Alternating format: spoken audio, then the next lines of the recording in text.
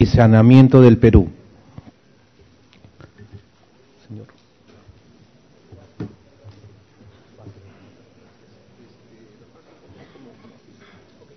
¿Con cuál es? Con el derecho. Muy bien. Muy buenos días a todos. En primer lugar, quiero agradecer la invitación del Council of Americas para esta presentación. Y sin más prolegómenos, vamos a la misma.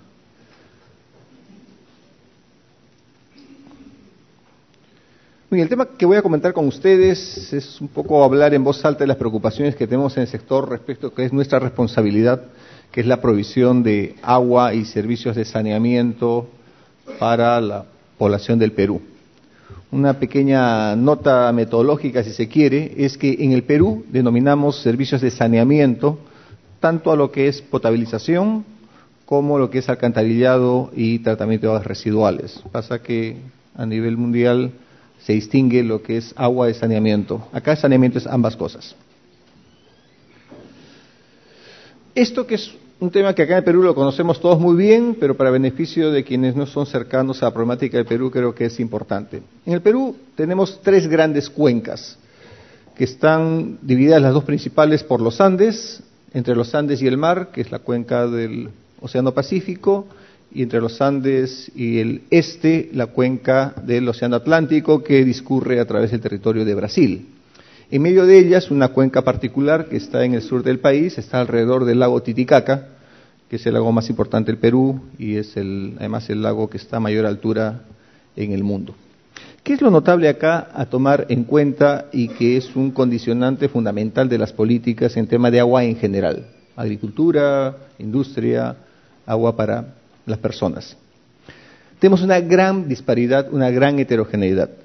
La cuenca del Pacífico, que es donde vive la mayor parte de la población, 18 millones de peruanos, de los cuales la mitad viven en Lima, estamos en una cuenca en la cual la dotación de metros cúbicos por habitante es de 2.000 metros cúbicos año, lo cual nos coloca en el borde de lo que en general se reputa como estrés hídrico, lo cual en términos latos diría que, sabe lo que sabemos muchos aquí, es que estamos en un desierto. Algunos tienen en la mente, bueno, en la costa también hay agricultura, hay mucha tierra verde, sí, pero cuando hablamos la proporción de la tierra cultivada versus el potencial de tierra que podría cultivarse si tuviera el agua, pues es una fracción absoluta y en verdad sí somos un desierto. Esto contrasta claramente con el Amazonas, donde vemos una dotación de 232.000 metros cúbicos. Cuando somos el promedio a nivel nacional, estamos en 70.000 metros cúbicos, lo cual nos coloca entre las mayores dotaciones en el mundo. De hecho, en el Perú se tiene una dotación de agua superficial, sobre todo porque agua subterránea es bastante bajo, de las más altas en el mundo. Pero nuevamente, el problema de los promedios, dentro de esta heterogeneidad tenemos en la costa un problema de estrés hídrico. En Lima en particular, este tema está agravado por la necesidad derivada de las necesidades poblacionales. Acá he puesto, es otro gráfico que se conoce bastante bien aquí, vamos a llegar a ver, pero 5 ciudades importantes, poblaciones un poco dispares, si sacamos a Sao Paulo el resto son comparables, y donde se ve que la capacidad de producción, la más pequeña la tiene Lima, menor inclusive que la de Santiago, donde se tiene una población que es el 60%. Es cierto es que esto es información al 2011, al día de hoy tenemos 5 metros cúbicos más que sin embargo no operan, pero que empezarán a operar en febrero o marzo del próximo año, con lo cual estaremos en 25. Pero tener la misma capacidad que Santiago, siendo que Santiago tiene 60% de población, nos muestra que inclusive a nivel de infraestructura, o sea, dotación de agua, tenemos allí dificultades. Pero ese no es el único problema. El otro problema es que tenemos una capacidad de almacenamiento de solo 280 millones de metros cúbicos, lo cual en general no sería un gran problema si es que tuviéramos un flujo permanente de agua, porque esta capacidad debería cubrir solo oscilaciones en la media. Pasa que como se observa abajo a la derecha, este es el régimen hidráulico en un punto de medición, tenemos lo que son los meses secos y tenemos los meses de avenida. En los meses secos, el promedio que abastece a Lima llega a estar en alrededor de 10 metros cúbicos por segundo. El consumo en Lima es 20 metros cúbicos por segundo, lo cual significa que los reservorios no son solamente de previsión, son completamente operativos, son los que alimentan en la época en que no hay caudal natural de agua. A eso hay que agregar que las cuencas de las cuales nos servimos, la principal de las cuales es esta, río Santa Eulalia y río Rímac, en época de estiaje, y eso es también lo que explica por qué este caudal cae tanto, en la época de lluvia, pues esta es la que alimenta, en la época de estiaje son los glaciares, tenemos únicamente esta área. Acá no voy a referirme a mediciones específicas porque hay bastante variedad en cuanto a esto. Hay desde aquellos que dicen, haciendo una proyección lineal, que en 20 o 30 años ya no hay glaciar, con lo cual no vamos a tener agua en época de estiaje, hasta quienes piensan que esto en verdad va a tomar un poco más de tiempo. Pero lo que parece ser que todos están de acuerdo es que a la corta o a la larga, esta dotación de glaciares pues va a reducir su capacidad operativa y vamos a tener que pensar en proveer a Lima, en todo caso concretamente, con otro tipo de soluciones en la época de estiaje. Un dato que también usamos mucho aquí es otra ciudad muy grande comparable es el Cairo. Tiene más población, tiene también poca precipitación pluvial, pero tiene una gran diferencia. Tiene el río Nilo, que tiene más de 2.000 metros cúbicos por segundo en promedio y que no tiene esta variabilidad a lo largo del año. Eso nos coloca en una situación muy compleja. Claro, un tema que no estoy mencionando acá y que probablemente algunos dirán, bueno, esa es la carta bajo la manga, es el agua subterránea. Y lo es y no lo es. Lo es porque efectivamente en años muy malos, como fue el año 97, el agua subterránea llegó a cubrir más de la mitad de las necesidades de Lima. Y digo la mitad considerando las cifras oficiales, porque si le sumamos las cifras oficiosas que incluyen todos los pozos informales que hacen algunas industrias y comercios, estaríamos hablando hasta el 70%, es algo que se llegó en el 97, que hubo una gran sequía y que determinó que se eche mano de todo lo que había. Ciertamente eso ha ido reduciéndose. En la década pasada el promedio de uso de agua subterránea ha sido alrededor de 30% y el día de hoy estamos en 20%. Esta reducción en el uso de agua subterránea está permitiendo que se rellene el acuífero, que en una perspectiva mucho más amplia, el acuífero en verdad no deberíamos usarlo. Debería ser parte de la reserva estratégica para complementar estos pálidos 280 millones de metros cúbicos que tenemos de reserva para cubrirnos en época de estiaje. Esto lo que pinta es una situación bastante frágil, y es una situación frágil. Con una ciudad como Lima que sigue creciendo, con fuentes de agua como estas limitadas, pues presenta un reto muy grande. Que sin embargo no es privativo de Lima. Cosas más, cosas menos, es la misma problemática en distintas ciudades de la costa del Perú. Muy bien, ese es el tema de las fuentes. Como viene el tema de la infraestructura y de realmente la cobertura. Los números que tenemos aquí son los de déficit, no son los de cobertura, son los de déficit. Lo digo porque cuando uno ve cosas como 82% acá dicen, no, eso debe ser cobertura. No, es déficit. Esto significa que en el área rural, en el ámbito rural, que más o menos 1/3 de la población del Perú, solamente 1 de cada 5 tiene algún servicio de alcantarillado. Digo alcantarillado haciendo un abuso de las definiciones, porque acá incluye en muchos casos tecnologías que no son adecuadas para la disposición de excretas. Uno dirá, bueno, este es un tema que finalmente no es tan importante, que debo corregir, sí es importante, es de fundamental importancia.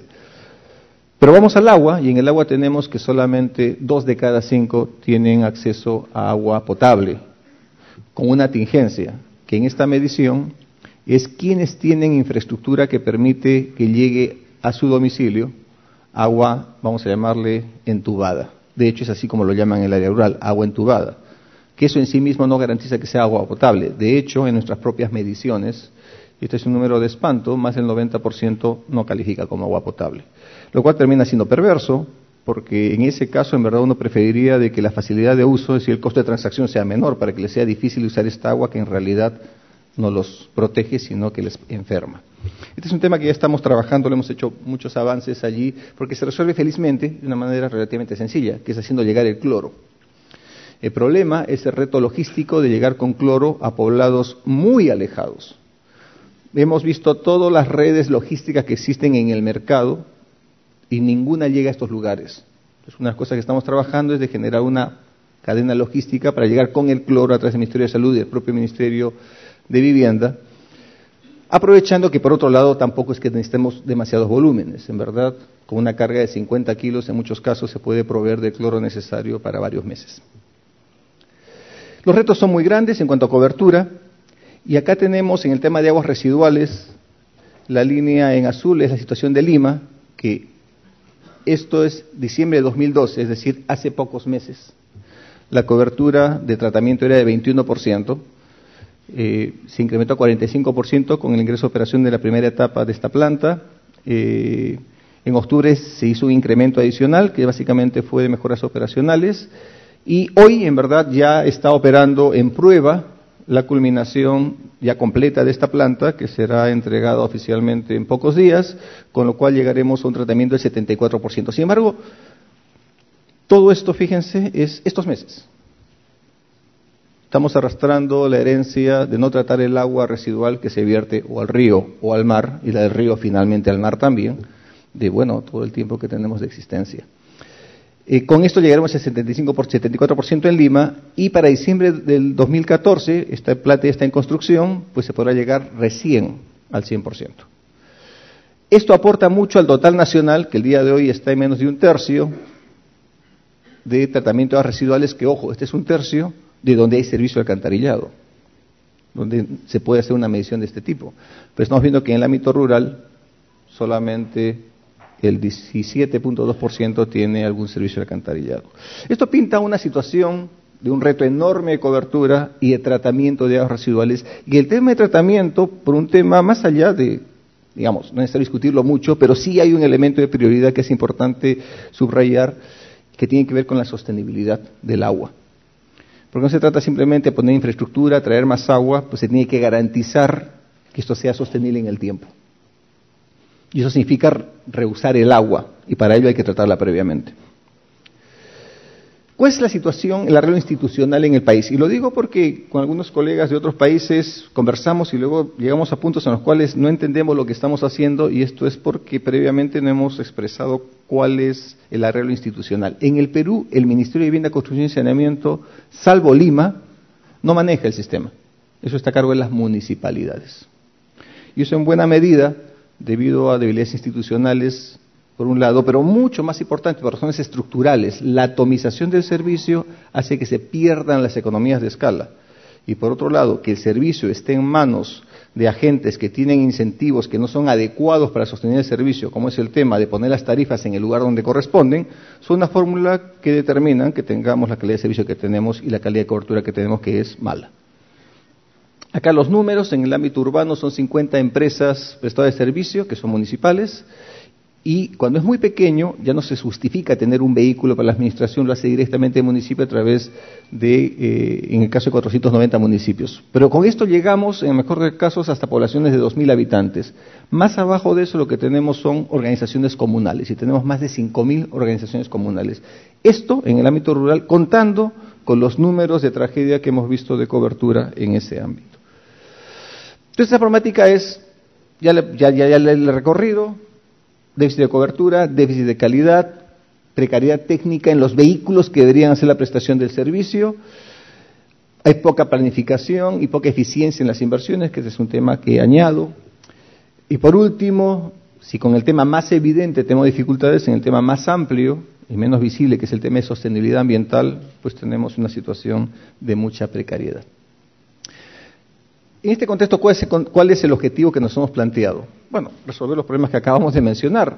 Y acá, sin embargo, hay un twist, un pequeño guiño, si se quiere, que es mucho más que un guiño, y es no concentrarse en el tema de proveer infraestructura. En lo que tenemos que concentrarnos es en mejorar condiciones de salud pública.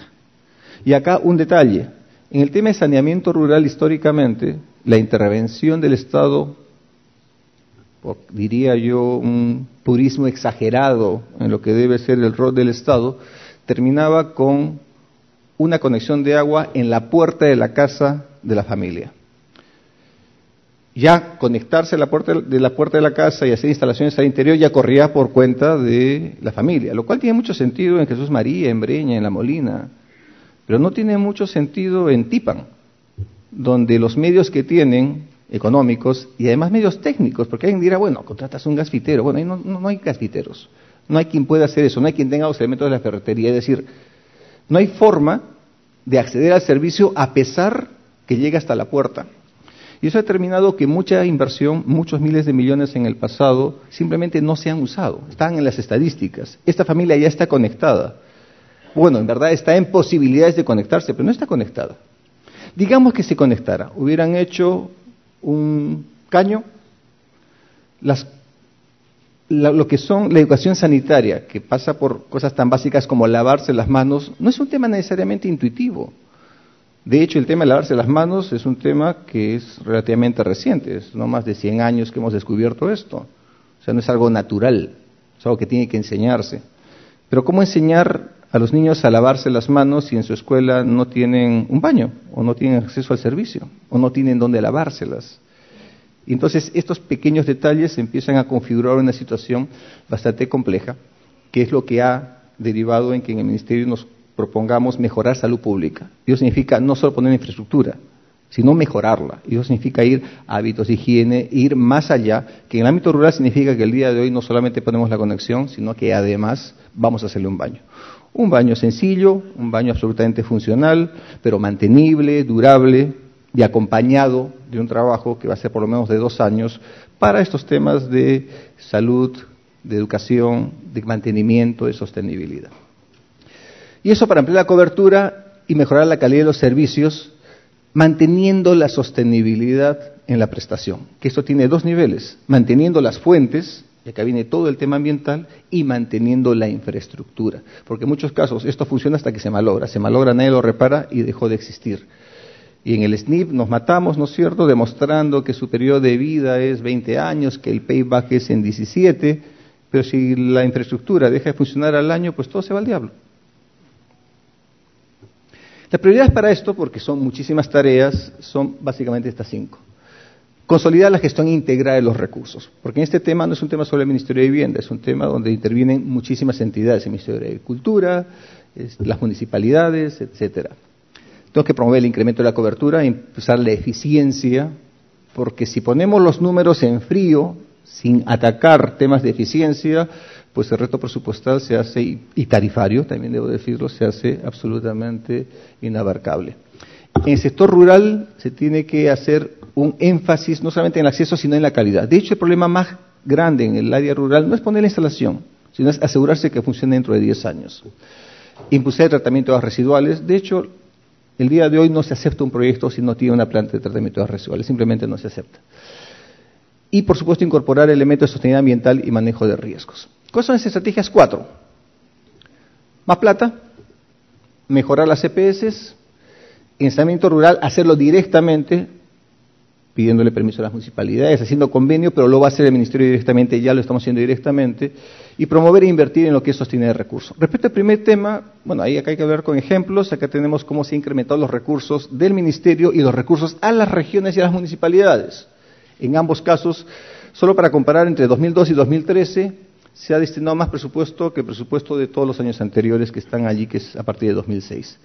Solo para CEAPAL está planeado de aquí para adelante hacer 9.000 millones de inversión para lograr 100% de cobertura. Son 148 proyectos que todos están trabajando.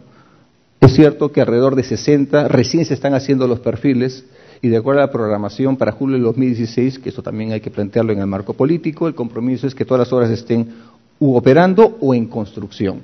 Las obras más grandes terminarán de construirse hacia finales de 2017. Sin embargo, todo el financiamiento y toda la estructura para poder sustanciar esto ya está hecho. Pero como no solamente de ese recurso público, también hay un tema tarifario y también hay un tema de financiamiento que corre por cuenta, de financiamiento que aporta además a la eficiencia de APPs. Estamos a pocos días, en verdad, de recibir propuestas para la primera planta desalinizadora para prestar servicio de saneamiento en Lima. Es Provisur, que es una planta de desalinización más todas las redes necesarias, una inversión de aproximadamente $100 millones. Estamos ya trabajando lo que es el plan de promoción para una concesión que va a permitir traer 5 metros cúbicos más de agua a Lima. Recordemos que la necesidad es 20, la capacidad instalada que tenemos es 25, nos falta 5 metros cúbicos, vamos a traer 5 metros cúbicos más de agua, vamos a ampliar una planta con 5 metros cúbicos más para llegar a capacidad de 30 y vamos a llevar un ramal hacia el sur donde hay mucha precariedad en lo que es la disponibilidad de recurso hidráulico. Y por último, vamos a mejorar el río Chillón y estamos en estudios para lanzar la concesión. Acá no estoy señalando todos los otros proyectos que tiene CEDAPAL a su cargo de fortalecimiento en lo que es capacidad de almacenamiento, plantas de tratamiento, etcétera, que algunas de ellas serán por obra pública y otras por concesión. En lo que se amplía el apoyo a las CPS, se ha aprobado una ley de modernización, que diría que es la reforma más importante que se ha hecho en el sector en los últimos 20 años, que básicamente lo que hace es, dice, los accionistas son las municipalidades, pues seguirán siendo las municipalidades. Aquellas entidades que no son sostenibles por razones estructurales, pues el ministerio las tomará a su cargo por un periodo de 3 años, se evaluará los 3 años los resultados y se renovará esa intervención, o el ministerio dejará en la medida que se logren metas de operación. ¿Qué se va a hacer durante esta intervención? Se va a reestructurar la empresa, se va a dotar de una gobernanza distinta, directorios independientes, se va a dar recursos y se va a estructurar un plan de inversiones que va necesariamente a tener que conversar con los famosos PMOs, que son los que determinan el marco tarifario, y se va a tener que hacer el trabajo para llevar a niveles de precio de largo plazo que sean sostenibles. De otro modo, es imposible que se logren las metas que nos estamos planteando.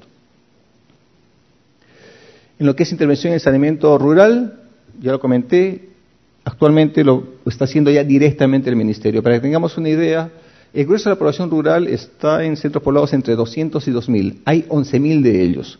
De estos 11.000, alrededor de 2.500 ya tienen servicio. Estamos a punto de culminar los estudios para 1.200 más de ellos. En pocas semanas vamos a convocar los estudios para 2.000 adicionales. Son 3.200 más 2.500 que teníamos, son 5.700, con lo cual vamos a llegar a la mitad de centros poblados entre 200 y 2.000 habitantes, con lo cual cubriremos aproximadamente la mitad de la meta del déficit, Y aquí lo que hemos hecho es focalizar. Y esto es público, están todos los centros poblados entre 200 y 2.000 habitantes ordenados del 1 al 11.000 y están ordenados básicamente por necesidad. ¿Y cuál es el elemento de necesidad prioritario? La prevalencia de enfermedades diarreicas agudas, es decir, en línea con lo que es el objetivo. Hay un segundo discriminante que es el tema de pobreza. Estamos priorizando aquellos lugares donde, entendiendo que a la base de la pobreza están también temas de salud, como un segundo elemento discriminante para hacer la priorización. La priorización, como ya está hecha, se publicó el año pasado y se está siguiendo escrupulosamente. Esto significa un incremento en recursos. Acá se ve claramente cómo es que se está haciendo un salto en lo que es previsión de recursos. Y esto es considerando solo los 1.200 que ya están contratados. Cuando convoquemos los 2.000, estos compromisos van a subir prácticamente en regla de 3. Y por último, el tema que ya comenté, que estas instalaciones van a ir de la mano, no solamente con la provisión del servicio del agua, sino que además con instalaciones de inodoro, sistema de exposición discretas y tanque de agua y ducha. Y por último, y con esto voy a terminar, otras políticas es promover e invertir en la sostenibilidad del recurso.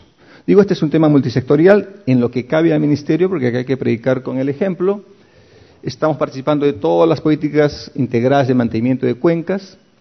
Nosotros mismos hemos abierto, nos hemos dado un mandato y un marco para poder intervenir en lo que es mejoramiento de cuencas con doble propósito, para el tema de sostenibilidad, pero otro tema que es mucho más unitario e inmediato. Y es que con el régimen hidráulico de los ríos de la costa que hemos visto, que en la época de avenida el caudal puede ser 10 o 20 veces el de estiaje, sucede que muchas veces ese caudal además hace daño a las ciudades. Y cuando hacen daño a las ciudades, hacen daño a la infraestructura urbana, y dentro de la infraestructura urbana, algo que muchas veces no se nota, pero que las familias notan inmediatamente, es que dañan la infraestructura de saneamiento. Entonces es mejor prevenir. Ya estamos trabajando en todas las cuencas críticas para hacer protección de toda la infraestructura.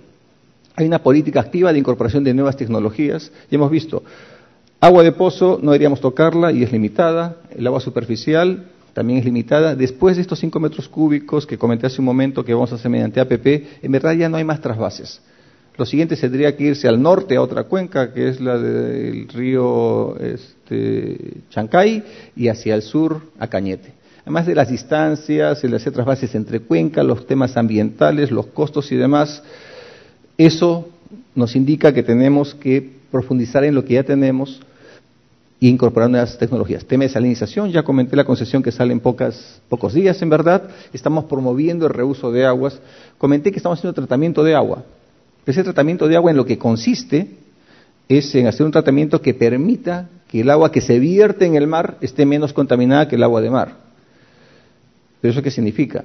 Estamos echando 20 metros cúbicos de agua dulce en un lugar donde el agua falta, lo cual no tiene ningún sentido. Ciertamente que ha habido un tema de planificación porque estas plantas están a nivel de mar. lo cual significa que cualquier uso, además de un tratamiento terciario, va a significar bombeo. Pues, de cualquier modo, ya sabemos, como en muchas otras cosas, lo más caro es no tenerlo. Ya estamos trabajando en proyectos piloto para hacer un reuso de estas aguas y hacer sustitución en parques, en industrias, y esperamos a largo plazo hacer como se hace en Singapur, lo comentábamos antes del inicio, donde el agua de reuso se embotella y se marketea. Es más, hasta tiene un valor de marca, y es conocida mundialmente de New Water. Y en saneamiento rural vamos a hacer un acompañamiento que permita garantizar que la sostenibilidad de la infraestructura se dé, por un lado, y por otro lado, que la sostenibilidad de las pequeñas cuencas que nutren en el ámbito rural el servicio de agua potable, pues perdure. Esto significa plantar árboles, significa hacer labores de limpieza, significa trabajar en un uso eficiente del agua. Porque además, y con esto voy a terminar, encima de todo esto, somos ineficientes. En Lima, por persona, se usa el doble de agua que la cantidad de agua que se usa en París. Muchísimas gracias.